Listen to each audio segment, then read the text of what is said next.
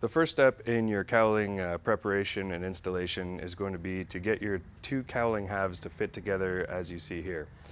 The primary focus when you fit them together, and the best way to do this is in the orientation you see here with the back edge of the cowling sitting on the ground, just to give you a little bit of stability so that while you're working you can do this. Your primary focus for this particular step is to get the front part of your cowling just right here that mates up to your spinner, planar and as tight as you can. It's going to require some sanding on the inner lips in here, possibly on the bottom cowling on the inside of the joggle there, and from there you'll just get your joggles to align for now. It might not align perfectly, but like I said, for now you want to just focus on your front faces here. And then working your way down, you just want to get the joggles to align as well as possible on both sides. Even if that means you get a little bit of these waves that you can see in here. Even if it's not sitting down flush or and things like that, you're just aiming for the joggles now. These holes that you drill may or may not be the actual location for your cam locks down the road. And like I said, this is your primary focus for now. You just want this to be planar and flush to each other as much as possible. So the first step in getting your cowling onto your fuselage for trimming is going to be to either install your prop hub or bank up a jig like this. So you can do that off of measurements from your prop hub. And this jig, I like this because it's got an inner ring here that'll hold the inside of the cowling, and this front face here is exactly the same diameter as the outside of the cowling round. And the forward position here, if we butt the cowling front up to this, it leaves exactly 6 millimeter spacing between the spinner and the cowling. So this is fairly easy to make, and as you can see, I just used the hardware that came with the prop to make these little spacers and mounting.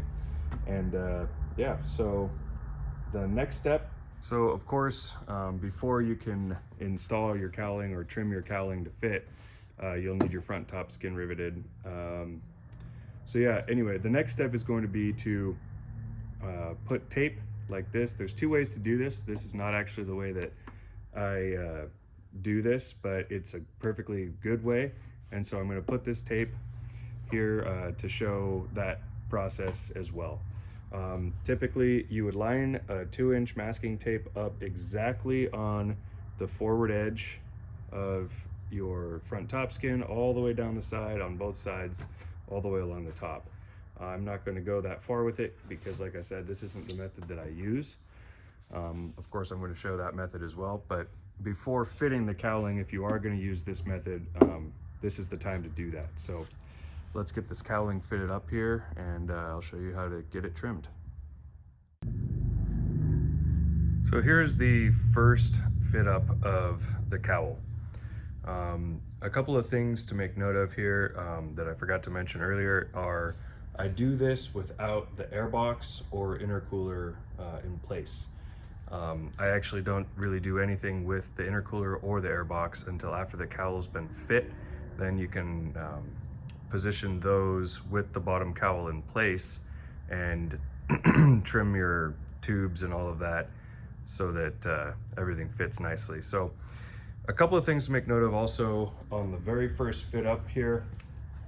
It's likely that your cowl will be very, very tight around the front top skin and likely down here as well. And so your rearmost hole that you've drilled may or may not be able to cleco. Don't worry about that right now. It's because once you trim this and the cowl gets to sit down in the joggle on the cowl retaining strip all the way around, it gains that little bit of extra space because of that step down. So everything should fit up nicely once that's trimmed. In addition to that, you can see that there's just a little bit of interference around the exhaust, and so we're just gonna gently trim that out, basically back to where the line I've got marked out there is. We don't want to cut the cowl here until we are sure that we're not getting any distortion because of the exhaust down there. So that's the only interference that I've got on this particular one. There shouldn't be any other interferences. A lot of tight fits, but shouldn't be any other interference. And also, you'll want to make sure that it's centered down here on the bottom, as well as up here on the top. And it needs to be, so I've got this jig as I mentioned earlier, but it needs to be tied up to the jig, or if you're going to use your prop spinner, that's fine, or your prop hub with the spinner flange, that's fine, but you will want to put some sort of spacer here to get your gap and make sure that it's even between that prop spinner flange and your cowl, and a set gap of 5 or 6 millimeters. So in addition to all of that, it's very difficult to do this with one person. So it's likely that you'll need a second set of hands to help hold the bottom cowling in place, and the top should rest nicely without falling off, but then to lift the bottom cowling up and get those clecos in, it's really helpful to have a second set of hands. So it's best to plan on having some assistance for this couple next steps here. So we're going to remove this now and trim out that area around the exhaust that I showed, and then we'll refit it, and I'll show you how to mark the edge that needs to be trimmed along here. So as you can see here, I've got the interference taken out between the exhaust and the cowling here. It's still very, very tight here, but there's not interference. So in the interest of not removing it and putting it back on again, I will go ahead and go forward with trimming it, but when I take it back off again after I mark it, I will back that out just a hair more, just for ease of installation later. So, all right, so it's time to mark out where to make our cowling trim. So once you've got everything fitting up nicely, you've got no interference on anywhere on the engine parts. Like I said, it's going to be a lot easier if you don't have the air box on and everything. Your front is nice and tight and satisfactory to your spinner position. The next step is to make your marks for cutting. So a couple of ways to do this, but the primary point to take away here is we don't really want to do small cuts and work our way up to the final cut. It's just a lot of taking off and putting back on the cowling to check it, and it gets progressively more and more difficult to keep your cuts straight as you start to just make more and more cuts into there. So the two methods that I really like are as I mentioned before, if you're going to do this tape method, you'll want the tape all the way around, and what you'll do is you'll line up the back edge of the tape like this, and you'll touch that down along your cowling here. So, the goal is, because the back edge and the tape is the same width, the back edges are aligned, the front edge of this tape should now be aligned to exactly where the cut needs to be. For this process, you can just leave the tape and remove the cowling and just trim the tape, trim straight to the tape edge. I recommend that you would trace out with a pen the edge of that tape, and you'll want to remember that you want to leave the line when you're making that cut, because the line is actually, if you cut off the line, then you cut off extra pen width or whatever it is this way. So that will effectively shift your cowling back by the width of whatever you marked it with. So you'll want to leave the line with that method. The other method that I recommend a little bit more, because it's simple and it's effective, is to make a tool like this. So this is just 2 pieces of scrap aluminum riveted together. There's actually a washer in between the 2 scrap pieces, and that just keeps a little bit of space for the cowling to fit between it. And you'll put a bend on one side, and that's to follow the flange inside underneath the cowling here. And then you'll drill a hole through exactly at the inside edge of that bend. So with this method, it works fairly similarly. You'll insert the tool in there, then you'll take your pen and put dots through the top hole. You can try to kind of slide it all together, but I find that it's a little bit easier to place the dots, feel the tool, make sure that you're still on the edge of that cowling there, or the edge of the front top skin in this case, and put your dots. So I like this method a lot. It just reduces the amount of work to be done, and it's very, very precise. One thing that's different about this method versus the old method is if you drill your hole here, how I have it, you know that the hole is just on this side, exactly at the edge of that bend. So on this method, we're going to take off the pen mark, and then we should know that we're exactly at the edge there. And once I mark it all the way around, we'll remove it, trim it to that line, and from there we're not going to do any more trimming. We'll just block sand out some small waves or whatever might happen through the cutting process. But after this trimming, hopefully when we put it back on, it's looking very, very close to the final position. Okay, so here is the result after the very first trimming of the cowling, and I've reinstalled it. All I did was exactly what I said, just zip off those dots the whole way around, and then kind of block sand it so it's smooth and straight. As you can see here, something that I forgot to mention in the last video is before removing it for the first time, you want to put some tick marks at certain positions along the cowling. So here I've used where the front top skin mates up with the side skin. I did that on both sides. I also put one here in the center, as well as one on the jig. You can see it there. That makes sure from here on out, we're always positioning the cowling in the same position. So that way, as we're sanding, we're not fighting new positions on top of trying to get the fit. So as you can see here, I've already marked out a little bit along the top cowling. I am going to, from this point forward, I'm going to get the top cowling to fit in perfectly, and then we'll finish up with the bottom cowling. That's just because you got to start somewhere, and the top is easier to work with and easier to position, and I'll show you that. I'll show you why that is in a little bit here. But so I just took the side of a Sharpie and marked the edge as well as a little bit of the top in the areas that have slight interference. It's just so slight, probably not the full width of this pen. So I'm just going to block sand in the areas that I've marked here. As you can see, some areas are already fitting perfectly, like right here, and so I'm going to make sure not to touch that area. And we're just going to work this out until the top is fitting perfectly, and then we'll continue on with the bottom. So as we're getting closer to a perfect fit, you may or may not notice this, but as you can see right here, there's no interference between the cowling and the top skin, but it won't press all the way down in.